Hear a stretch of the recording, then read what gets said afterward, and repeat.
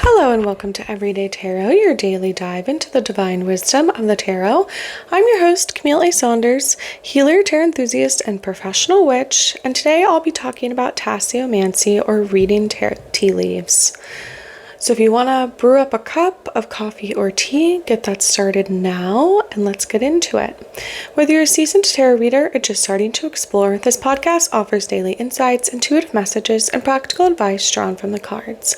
Each episode is designed to help you connect with your inner wisdom, find clarity in your decisions, and tap into the energy of the universe. Tune in every day, Monday through Friday, for fresh perspectives and empowering guidance from the tarot as interpreted by me. If you love the show, the best way to support it for free is by listening daily, leaving a review, and subscribing or following in your favorite podcast app. If you're interested in crafting your own tarot cards, you can go ahead and get my full workshop, including the hour-long recording with my step-by-step method, examples of the cards I've created, journaling questions, and PDF to walk you through it for just $33. The link is in the show notes to purchase that now. I will be offering a 12-week Tarot for Transformation live course starting at the end of this summer. So if you're interested in that, look for the link in the show notes as well. I just updated my Patreon benefits to be bigger and better than ever. So if you want an individual card pulled for you once a month live on the podcast during my New Moon Collective Tarot readings, join the Everyday Tarot Patreon family at the Lovers level, which is $6 a month. If you'd like to support the podcast even further, you can get a one-time individual 5-card reading in addition to all the other benefits of joining our community, and you can join the Witch Bitch level on the Patreon. If you're local to the greater Puget Sound area, join us at our next Let's Talk Tarot meetup group event. If you find the link in the show notes and join the meetup group, you'll get notifications when the next event is posted. If you're interested in getting my weekly newsletter, you can get if you do that, you'll also get a free PDF with the 2025 5-card tarot spread I created just for you at the beginning of this year.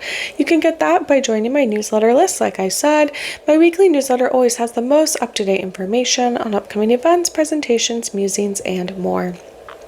And if you don't already know, I'm a sex and relationships therapist and coach, seeing clients virtually all over from my home office.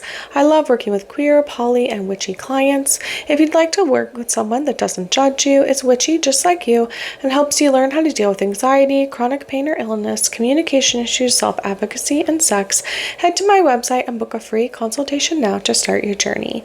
You can find the links for any of these offers in the show notes or on my website, CamilleASaunders.com/Everyday Tarot, in addition to the images of the cards I pull on each episode. All right, so welcome to season 13, where I'm talking all about divination in the Harry Potter series. If you haven't listened to my other seasons yet, you can check those out. In season 1, I talked tarot basics. In seasons 2 and 3, I went through all the major arcana cards and an overview of the 4 suits. Season 4, I talked tarot and pop culture, where I did 2 episodes, one on Harry Potter in general and one on Professor Trelawney. So this season is just expanding on all of that. In season 5, I went through 13 common tarot spreads. Season 6, 7, 8, and 9, I went through all 4 suits, starting with wands, then pentacles, swords, and cups. Season 10, I talked tarot and witchcraft. Season 11, tarot and plant allies. And season 12 was all about tarot and animals. And like I said, we are in season 13 here, where I'm talking all about divination and the Harry Potter series. And today I'm talking about tasseomancy, or reading tea leaves. So a bit about me and my history with the series. I grew up reading all the Harry Potter books from elementary school on. We actually read them as a family. My parents would read a bit of them every night before we went to bed when we were young. And then as we got older and had sort of read them all, we would listen to the audiobooks when we would go on road trips. All of those CDs, so especially as the books got longer. So it was definitely like a family activity. I didn't really have any friends that were into Harry Potter, but my family, we would all kind of talk about it together, and then I've been sort of obsessed ever since. So I am in Slytherin House. My favorite book is Half-Blood Prince. My favorite movie is Goblet of Fire. I have been a MuggleCast podcast listener since 2006. They started in 2005, so they just celebrated their 20-year anniversary of podcasting. And I've been talking about favorite people or characters in the series. I love Luna, and I feel like Luna might be into reading tea leaves. I feel like she's a tea drinker. We don't really see anyone talk about coffee so much in the Harry Potter series, maybe because they're also British and tea is maybe more popular than here in the US. But yeah, I think I could see Luna being into that. So today we'll talk a bit about a definition and history of tasseomancy. We'll talk about analyzing it and kind of how it's utilized in the Harry Potter series.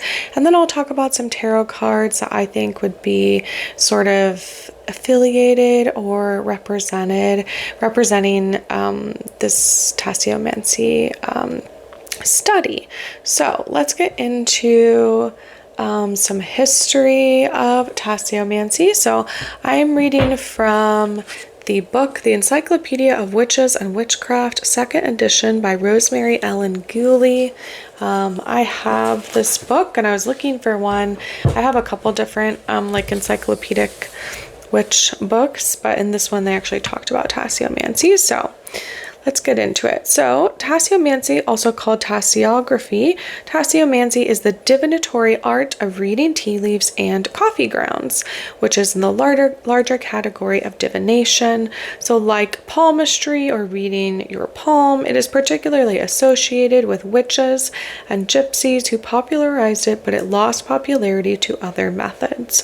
The roots of tasseomancy date back to the Middle Ages, when diviners interpreted the symbols formed by blobs of melted wax, molten lead, or other substances. In the 17th century, tea was introduced from the east to the west by the Dutch, and tea drinking quickly became a widespread habit.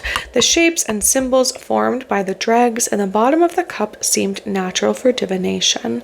So in a tea leaf reading, the client drinks a cup of tea. So like I said at the beginning of this episode, if you want to go along with me and see if you can read your own tea leaves or coffee, go ahead and pause and brew your cup now. Then you're going to think about your intention. You're going to drink the whole cup of tea or coffee, preferably with a coarser grind, because you do want a bit of the substance left behind in order to be able to read it. And then when there's a little bit of liquid left in the cup, you swish it around, and then you turn the cup upside down on the saucer or just on a plate. And when you pick up the cup, that's when you look at what's in there inside the cup. So the dregs of whatever is left, which might form letters, numbers, geometric patterns, straight or wavy lines, or shapes that resemble animals, birds, and objects.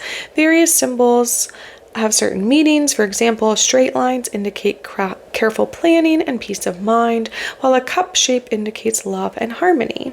Time frames are estimated by the proximity of the leaves to the rim, and dregs closest to the rim and the handle represent the immediate future, while those at the bottom indicate the far future. Some readers say they can only predict 24 hours into the future.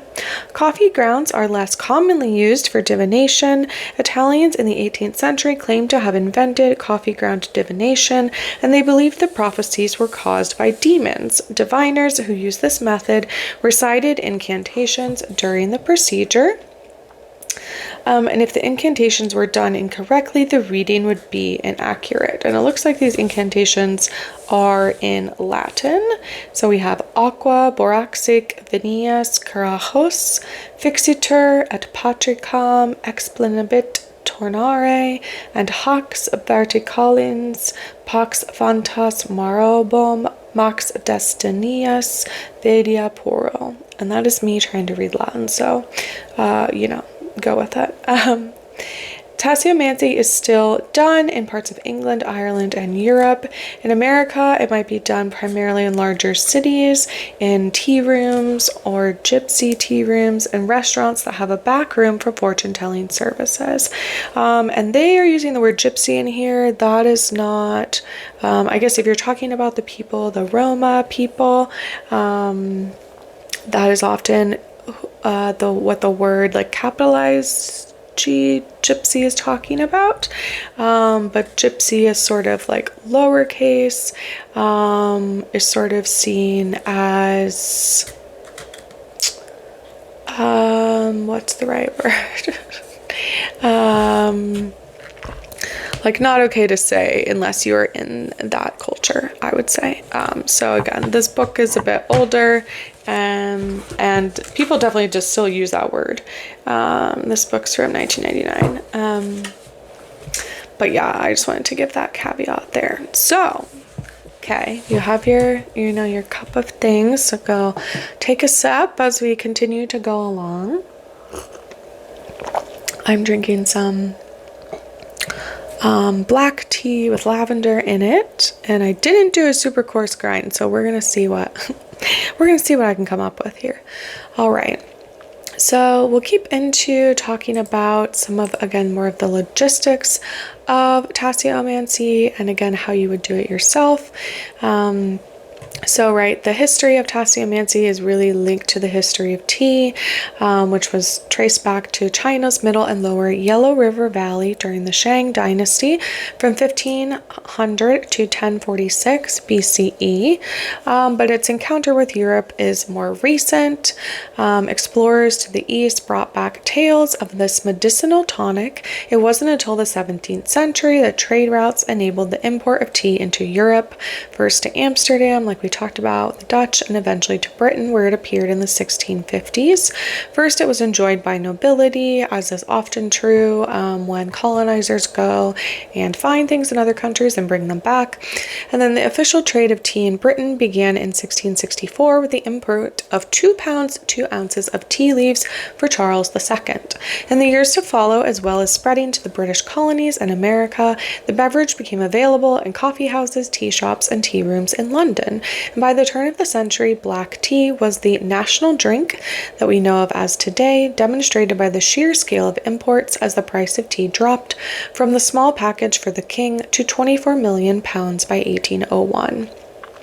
The consumption of tea was initially limited to the upper classes and then was sort of spread out from that as prices fell, and probably as they exported more or imported more tea from China. And tea leaf reading followed a similar trajectory in the 1800s. Romani, so that's like the people that are often called gypsies, the Romani tasseomancers, were invited into parlors and tea rooms to read for the host's guests, affluent Victorians with a predilection for the occult. In less moneyed cities, tasseomancy gained popularity as an accessible form of divination requiring minimal tools, right? Because if you think about it, if you're already drinking tea or coffee, right, you just brew a cup and then enjoy it, and then, right, you can do it all on your own at the end. In the 18th century, there was a book called Teacup Reading and Fortune Telling by Tea Leaves, composed by an unnamed Highland seer that suggests an alternative history. To date, the oldest book about tea in the English language, it claims that tasseomancy was one of the most common forms of divination practiced by the peasants of Scotland, said to go through generations of Scottish fortune tellers. They talk about some tasseomancers in this article. I'm reading from the cunningfolk.com, talking about tasseomancy. I'll have that linked in the show notes. And so there is a reader talking about their practice of reading tea leaves. They've read for over 30 years. Their name's Amy Taylor, and they are the founder of the Tasseomancy Museum in Hamilton, Canada. She teaches tasseomancy as well, and she says that no two tasseomancers will work in the same way, which I would agree also when I think about other forms of divination like tarot that I'm more familiar with. If you go get a tarot reading from someone, or even if you're reading for yourself, or you casually do it with other people, you'll notice that people have their own routine and style of reading tarot, even if they have the same decks as other people. So she says, over 30 years ago, I looked into my family's tea bowls at a Chinese restaurant and was intrigued by what I saw. I went to occult shops, bought some good books, then sought out psychics who had tea leaf reading as part of their repertoire, got some tips, and began to create my own method. After all, no tea leaf reader does it exactly like the other. Amy uses rooibos, which is, so there is the sort of traditional like black tea, which is the true tea plant, which is a camellia plant. So I have some camellias in my yard that are evergreen, sort of a waxy leaf, and then they flower, at least where I live, in the winter. But I believe Camellia sinensis is the true tea plant. So Sinensis. So there are different kinds of camellias, but Camellia sinensis is the one that is cultivated for producing tea. And in China, different kinds of tea are created through different brewing methods, and also the elevation of the tea plants creates different flavor profiles. So that is sort of, there's that tea, and then there's a lot of kinds of herbal tea, and so sometimes they are mixed together. Like again, I'm having a black tea that has lavender in it. So right, you'll have tea, but then also adding other plants as well into it. The tradition for tea reading was established a generally accepted canon of symbols and their definitions, which have been replicated in other divinatory modalities. This person, Risa Miller, a Maryland-based tasseomancer from this article, talks about that reading tea leaves is among the more imaginative and intuitive of the divinatory arts, and discovering the patterns and their deeper meaning in the bottom of a cup is much like seeing shapes revealed in cloud formations. And so people also talk about different like full leaf loose tea, or different like types of grind of tea and different leaf shape for the kind of material it leaves behind, which of course like it's going to impact the dregs and how they show up. So Risa, this person, Risa Miller, in this article, she talks about this is her guide to reading the leaves, which I really liked, talking about it as this ritual. So she says, always start by grounding yourself and space clearing. You can do smoke cleansing. Maybe you can use bells or sound bowls, or any other incense or any candles, anything like that. And get your cups. As the reading starts, she says, I like to see the full cup of tea. How is the tea acting in the cup? Is it bubbly, floating, clumpy, sinking? All of those reactions will begin the reading and set the mood. Then once the seeker empties the cup and turns it, read the cup from the handle and go counterclockwise. Since the seeker usually holds the cup by its handle, I consider that the person's strongest energy signature. Symbols closest to the handle are closest in time and energy to the seeker, and any tea on the outside of the cup I consider to be very strong messages from spirit. And she says, practice, practice, practice, looking at the patterns and pictures in the tea leaves. Soon enough, you will be able to intuit a full storyline. Also, if you want some help interpreting symbols, you can take a course in symbology or study a dream dictionary. That's what I was thinking earlier, that this feels a bit similar to dream interpretation because it's very symbolic. She says, but be flexible. A cat, for example, doesn't mean the same thing in every cup. Study the cat's body language. Where is it looking? All of that matters in the story of the cup. So I really liked that. That felt helpful in understanding a bit more about this. So let's talk about tasseomancy in the Harry Potter series. So tasseomancy is practice. It's like we said, the magical art of reading tea leaves to predict events in the future. And it was taught as part of the divination course at Hogwarts in the 3rd and the 6th year. Professor Trelawney, the head of the divination early on in the book series, had her students drink the entire separate cup of tea until only the dregs remained, like we've talked about. Then they had to swirl the dregs around the cup 3 times with their left hand. Okay, so she has a different method, followed by turning the cup upside down on its saucer and waiting for the last of the tea to drain away. And then she divides the students up into pairs and had each of them read the leaves in their partner's cup. So we have Ron that says, "What can you see in mine?" And Harry says, "A load of soggy brown stuff." Clearly not embracing the symbolic aspect of reading tea leaves. So we have Ron again reading Harry's tea leaves. He says, "Okay, it's my turn. There's a blob a bit like a bowler hat. Maybe you're going to work for the Ministry of Magic. But this way it looks more like an acorn. What's that? A windfall. Unexpected gold." Because they are referring to the Unfogging the Future book, I believe, when they're looking at the different symbols. And then he says, "Excellent. You can lend me the same. And there's a thing here that looks like an animal. Yeah, if that was its head, it looks like a hippo. No, a sheep." So again, we get lots of symbols. That's Harry or Ron reading for Harry. And then Professor Trelawney reads the tea leaves in Harry's cup, and she sees 4 things. And if you watch the movie, you see sort of the last one. They show it. But it's a falcon, a deadly enemy, which I guess is a deadly enemy, the club, which is about an attack, the skull, which is danger in your path, and the grim, a spectral dog, which was an omen of death. Of course, we know later, as we read the whole book, that the Grim also looks a lot like Sirius Black in his animagus form. So perhaps it was not this omen of death, or maybe it was, right? There is, they do try to kill Sirius at the end of that book series, or of that book.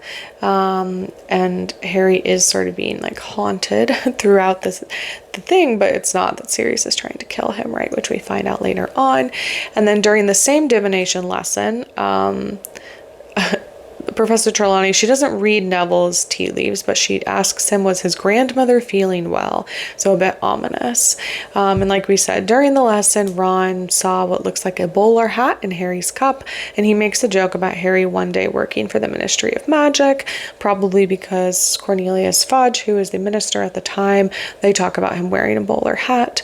But of course, interestingly, Harry does end up working at the Ministry of Magic after the book series is over, after the Second Wizarding War, and he does eventually become head of the Department of Magical Law Enforcement. Head, cop, head, or in charge. And so again, the symbols they see in the books are from Unfogging the Future, pages 5 and 6, are an acorn, which is supposed to be about a windfall or unexpected gold, a club, which is supposed to be about an attack, a cross, which are about trials and suffering, a falcon, a deadly enemy, the grim, which is supposed to be about death, the skull, danger in your path, and the sun, great happiness. And I think in the movie they make a joke about like the cross is trials and suffering, and then the sun is great happiness, and Ron says something like, so you're gonna suffer but be happy about it. And again, they're very skeptical of any of the divinatory methods that they try out in class. And apparently tasseomancy derives from the French word for teacup, which is tasse or tasse, and the Greek suffix mancy, like you have other types of mancy that go along here. All right. Let's see. Was there anything else I wanted to talk about with that? Again, so we get those symbols. So keep drinking your tea or your coffee as we keep moving along, and we'll transition into talking about the cards that I pulled that I see as related to tasseomancy here.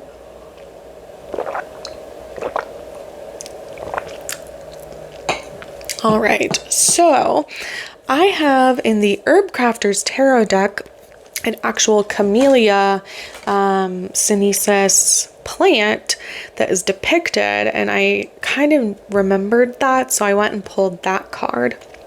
And the plant that's here again, which is like the true tea plant, is depicted, which is lovely. I'll read from the deck guidebook, but it is for the temperance card. So then I went through my other decks and pulled other temperance cards to go along with this. So let's read about the camellia plant. I love camellias, just even like ornamental ones. I would love to have a Camellia sinensis plant in the future. You know, grow your own tea sounds very cool. Tea is a very fine art, again, like a lot of food production. So you can always grow your own, but it might, you know, it's going to be very different. It's going to depend on the soil and the elevation and all these things. Apologies, I'm trying to find. Gotta remember my order. Okay, so Temperance is the 14th. Number 14 in the Major Arcana. And again, like I said, what's depicted here is Camellia sinensis. It says, trust the magic of presence, see the sacred in the simple, and create new magic from what is familiar. An old Japanese teapot painted with blue flowers sits on a bamboo tray. 3 full cups reveal the chartreuse color of the steaming tea near a wooden bowl filled with dried leaves. A vibrant branch of the tea plant, Camellia, drapes across the center. Its leaves are waxy and deep green, and the flowers are bright white with a rich yellow center. Focus on the present moment brings balance to opposing forces. Give every task before you the gift of your full attention. Stillness reveals the middle way. The tea ceremony is an act of mindfulness. The tea plant is rich in antioxidants and strengthens the heart. Preparing a pot of tea with intention cultivates harmony and promotes well-being. The ritual becomes the holy alchemy that affects change. There is magic in the mundane. Ordinary tea bags stop minor bleeding, soothe sunburns, and reduce eye inflammation. Camellia is the oldest, most widely used botanical in history. Let ancient practices inspire fresh ideas. And so crafting with Temperance. So this deck provides crafting suggestions. So it says you can display a single camellia bud in a small vase, carefully observe it and discover a new detail every day. Create a simple ceremony for peace around your daily cup of tea, or learn to make kombucha. Experiment with unique flavors and share with friends. Because yes, if you didn't know, kombucha is also made with tea. It gets fed the sort of tea and with sugar components to make the fermentation process, along with the SCOBY. I'm just drinking more of my tea here. All right, so that was from the Herb Crafters Tarot deck, and again, the Temperance card. So I also pulled the Temperance card from the Sacerdote Tarot deck by Sasia Barrington. And in this one, they actually do depict what's often depicted in the Temperance card is like balance, or sometimes like liquid pouring from one thing to another, which is what we see in this depiction. It says Temperance is a card of balance and the middle way, the card of harmony, moderation, equilibrium, and health, the joining of forces and bringing together of extremes. Is it a card of recovery, security, and well-being? This card commonly shows a hermaphroditic angel showing a balance between genders and pouring liquid from one vessel into another, sometimes water into wine, sometimes cold water into hot. This is a blending or synthesis of opposites. And the liquid they're pouring here looks like coffee or tea, like it's a dark brown. And there's a Rumi quote here that says, your hand opens and closes, opens and closes.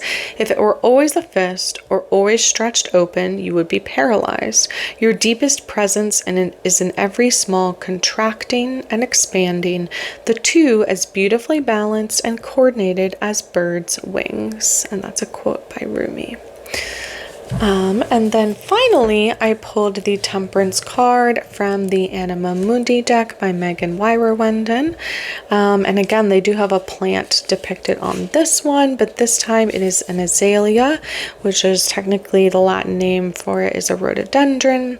So Temperance is about taking the middle road. Drawing this card indicates that you have achieved inner peace or are in need of it. Go with the flow, take everything in moderation, and don't stretch yourself too thin. So upright, it's about patience, balance, moderation, taking the middle road, adaptation, self-evaluation. And reversed, it's about lack of balance, conflict, impatience, excess, and restlessness. Which is interesting because if we think about what's depicted in the series with Harry and Ron reading for each other, there is this sort of like conflict or impatience, like a restlessness around what they're trying to do. And then we also have conflict come up because Harry, right, sort of Trelawney sees the Grimm and they all make a big deal about that, and Harry doesn't really know what that symbol means. I guess perhaps it's well known in the wizarding world that this black dog is like this omen of death, and everyone kind of freaks out and it's like, oh, you're gonna die, or like, oh no, something terrible is gonna happen, which of course is not very helpful to hear. And again, when we really think about it, the symbol might have been indicating that he was going to be visited by a black dog, which he was throughout that book in particular, and throughout the series in general, by Sirius. But I just thought that was like interesting to note.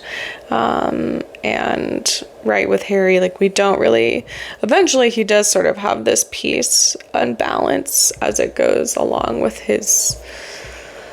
the prophecy and with sort of having to accept his fate, I guess, or kind of like what it means for him, to what the prophecy means and what it means he's going to have to do to save the wizarding world in that way. But it does take a long time for him to kind of get to that point. And so this card is all about, again, kind of being mindful and inner peace and going with things in moderation. So kind of like the middle road in a lot of ways. All right, so go ahead and finish up your tea or coffee. Swirl, leave a little liquid in the bottom, swirl it around, and then turn it over on your plate or on your saucer if you have like a true teacup, and then grab the handle, flip it over, grab the handle, and see what you see in there. If there are any symbols, you can look up different Tasseomancy symbol guides. Of course, like as I shared, it seems like, right, it's all about what the symbols mean, like to you as well, right? Again, I think that that's where it falls short when we see it in the Harry Potter series, is that the dog, right, the black dog is seen as like, oh, it is the sign of an omen of death, like coming to, almost like the Grim Reaper, right, coming to escort you into the next life or whatever it is. But what this context that they're missing, that of course Harry doesn't know at the time, is that, right, he has a close member of his chosen family that can change into a black dog. And so also, right, symbols are going to mean different things to different people, and you should go with your gut on that, right? If you see a cat and that makes you think of your grandma who had this cat, and someone else sees a cat and it makes it think of like how mischievous cats are, things like that, we're gonna have different interpretations. And I like that I was looking up some of the symbols here, like they talked about, and it says the longer you look, the more you will see. So there is this kind of ambiguity, which again is part of what in the series I think people are frustrated about divination, is that it's often ambiguous. Like no one's going to tell you that it's the right answer, right? There is this sort of like, well, maybe this is going to happen, maybe this is going to happen, or if you continue down this road, perhaps this is what's going to go on, but there's no like hard and fast rules, which, as I talked about in prior episodes, is challenging for people, especially like Hermione, that loves answers and logic and being able to look things up and have a guide, right? They do have a guidebook to go off of, but you also have to look at the dregs of the tea and kind of see what it is that you actually see in there. All right, so again, like I said, make sure you've got your cup and turned it over and maybe looked at what's there, taken some notes, and then we'll transition into diving in and seeing what message the cards have to say for us, what the camellia plant perhaps has to share, or what tea has to share with us in general, or just about tasseomancy and what we have learned about it. All right, so finished mine, turned it over, and now I'm gonna pick it back up and see what I can see. I don't have a lot of dregs left, so it's gonna be a little hard. Let's see here.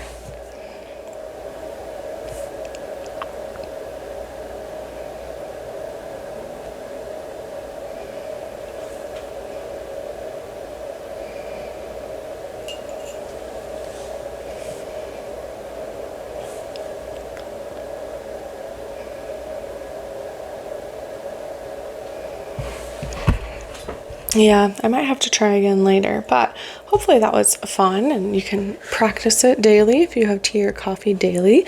But I went ahead and pulled a card, and as I was shuffling, one flew out, so we're gonna go with that one.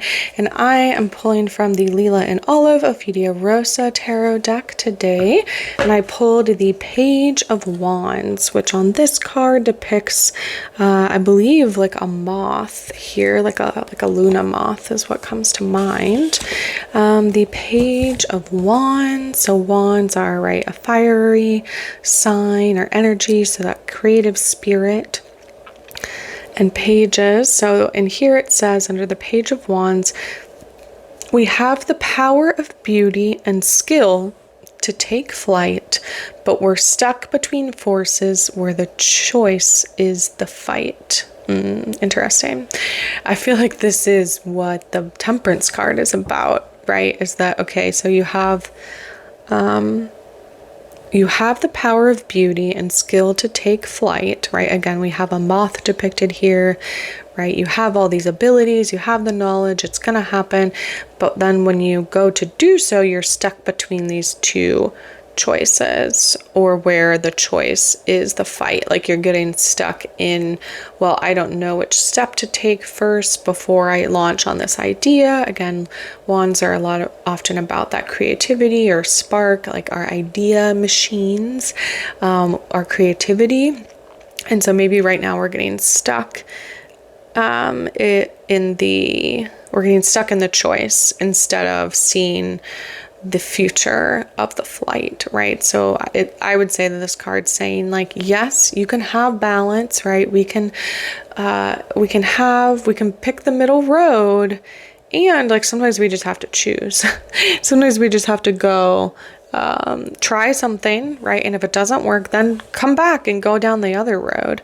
But don't just stand at the edge of a crossroads and get stuck there and not be able to move forward because you're stuck in the, what are you going to name your business, or how are you going to create the website when you don't have that skill right now, or how do I do this or that, or oh, I don't know how to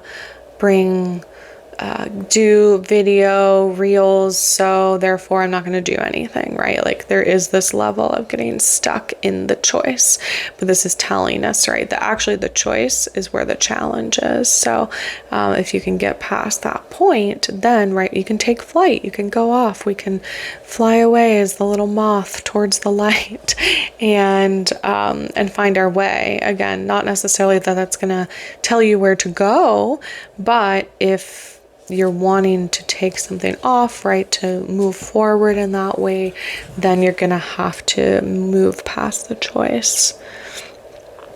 All right, Well, thanks for joining me today on the podcast. And if you'd like to join me on a journey of using the tarot for transformation, deep diving into some of the archetypes and symbols in the major arcana, going one week by week and getting to working together, like I said, for 12 weeks of calls and journaling, discussion, and seeing what happens when we want to transform our lives through the tarot. Right? Maybe this is your choice point. Maybe you're like, okay, I want to learn more about tarot. Oh, this is calling to me. I want the accountability of learning about something new every week. The calls, if you can't make it live, they'll be recorded, so you can always watch them later. And I'll also have kind of like journaling worksheets each week to do as we sort of work on embodying and learning about each archetype. So if that sounds fun to you, you can click on the link in the show notes to sign up to get more information. It doesn't commit you to anything right now, but it'll get you on my list when that information gets sent out, and you can start figuring out what is this actually going to look like. So links for the tarot decks I talk about will always be in the show notes and on my website if you'd like to look at them or purchase them. And thanks for joining me today on Everyday Tarot. Just as a reminder, the podcast comes out daily, Monday through Friday for all of 2025. And you can email me, me@CamilleASaunders.com with your thoughts, questions, and more. All right, see you soon. Bye-bye.